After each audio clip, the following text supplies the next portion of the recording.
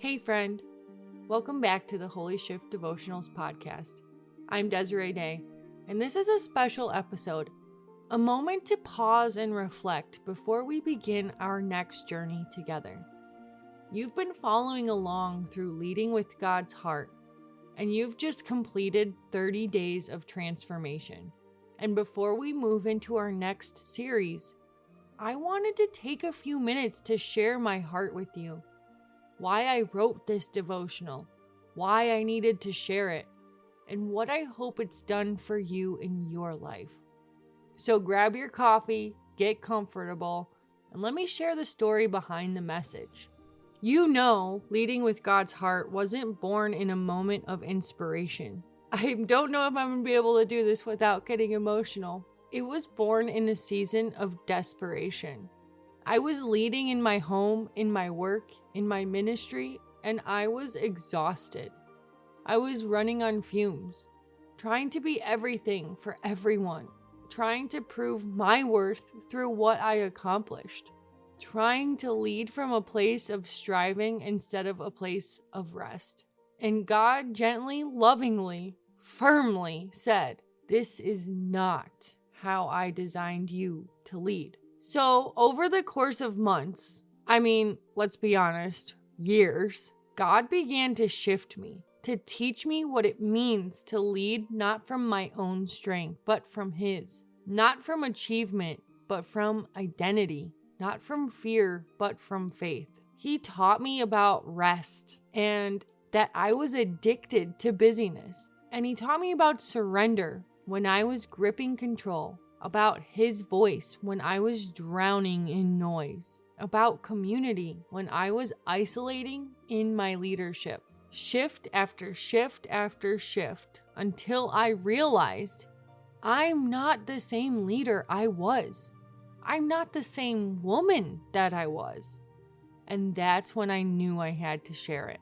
Because here's what I've learned. We're living in a time when Christian women are burning out at alarming rates.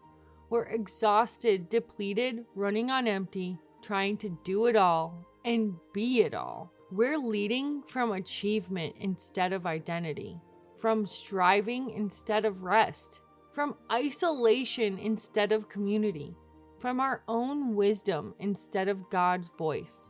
And it's killing us. It's stealing our joy. It's robbing our effectiveness. It's hurting the very people we're trying to serve. I wrote Leading with God's Heart for the woman who's tired, for the woman who's overwhelmed, for the woman who knows there has to be a better way, but doesn't know what it is. I wrote it for the mom who's drowning in the daily demands, for the professional who's trying to honor God in her workplace, for the ministry leader who's giving everything but feeling empty, for the entrepreneur who's building something but losing herself in the process. I wrote it for you. And here's what I pray happened over these 30 days. I pray you learned that reverence for God is the foundation of everything. Not fear that makes you shrink, but awe that draws you closer. I pray you discovered that rest isn't selfish, it's sacred. That your worth isn't tied to your productivity, and that God invites you to lead from fullness, not depletion. I pray you surrendered control, that you stopped trying to be the author of your story and handed the pen back to the one who's been writing it all along. I pray you learned to hear God's voice, to distinguish His truth from the noise, His peace from your fear, His invitation from the world's expectations.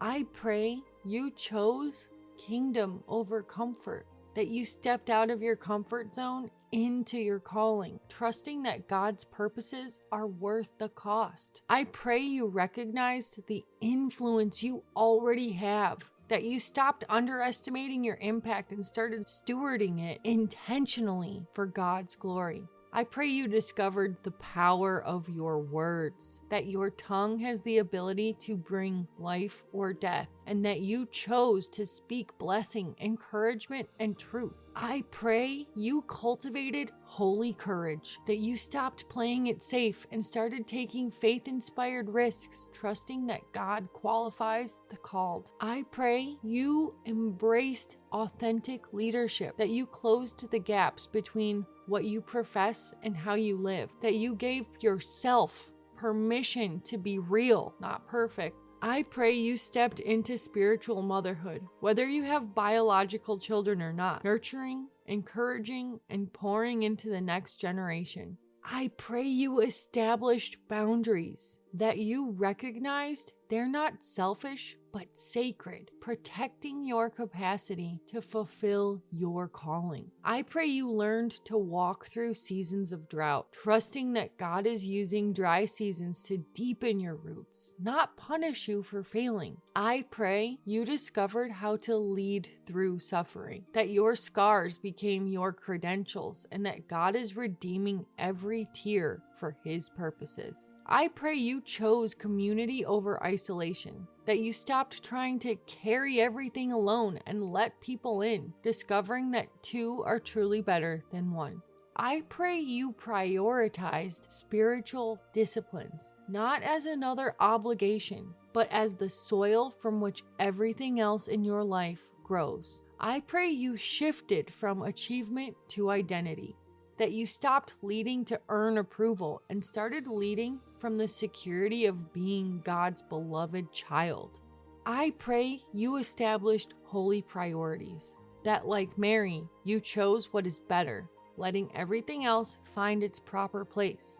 I pray you embraced sacred stewardship, recognizing you're the manager, not the owner, and that this truth lightens the burden you've been carrying.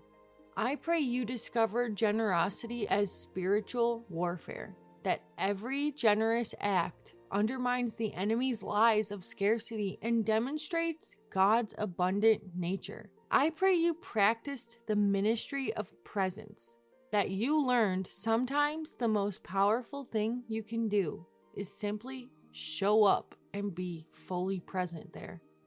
I pray you embraced holy disruption, seeing God's hand in the interruptions, trusting that when your plans fall apart, God is making space for His plans to come together. I pray you established sacred rhythms, honoring the way God designed you to live, with patterns of work and rest, giving and receiving, noise and silence. I pray you cultivated gratitude, that you started looking for God's goodness and found it everywhere, even in difficult circumstances. I pray you spoke words of blessing, releasing divine potential in others through intentional life-giving words. I pray you embraced your unique voice, that you stopped trying to be a copy of someone else and started fully being the original God designed you to be.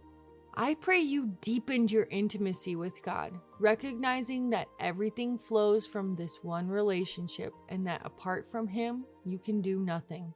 I pray you found kingdom vision in everyday moments, discovering that there's no such thing as secular when you're walking with Jesus. I pray you found the courage to fail forward, taking faith-inspired risks, learning from the mistakes, and trusting that God redeems even your failures. I pray you became legacy-minded, thinking generationally instead of just seasonally, investing in what will outlast your direct involvement. And I pray that you recognize that this journey continues, that God who began this good work in you will be faithful to complete it.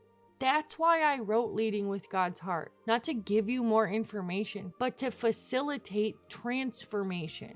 Not to make you a better leader through your own effort, but to help you lead from God's heart, in God's strength, for God's glory.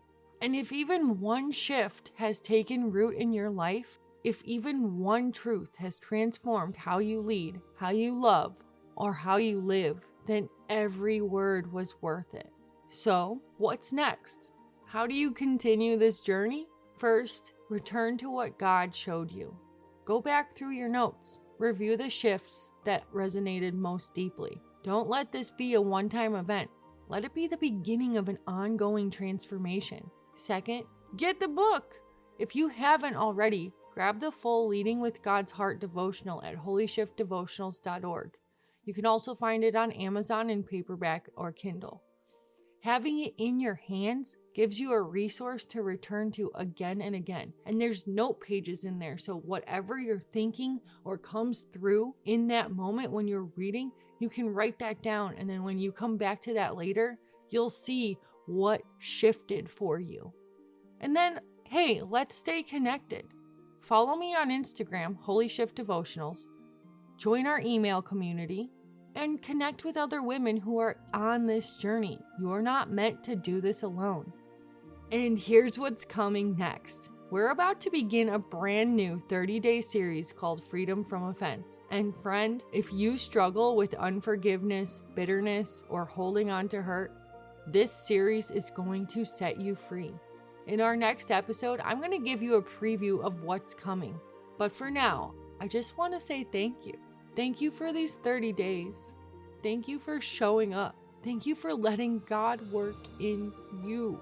Thank you for your commitment to leading with God's heart. Thank you for your commitment to leading with God's heart. You know I'm cheering you on. I'm praying for you, and I can't wait to walk through the next journey with you.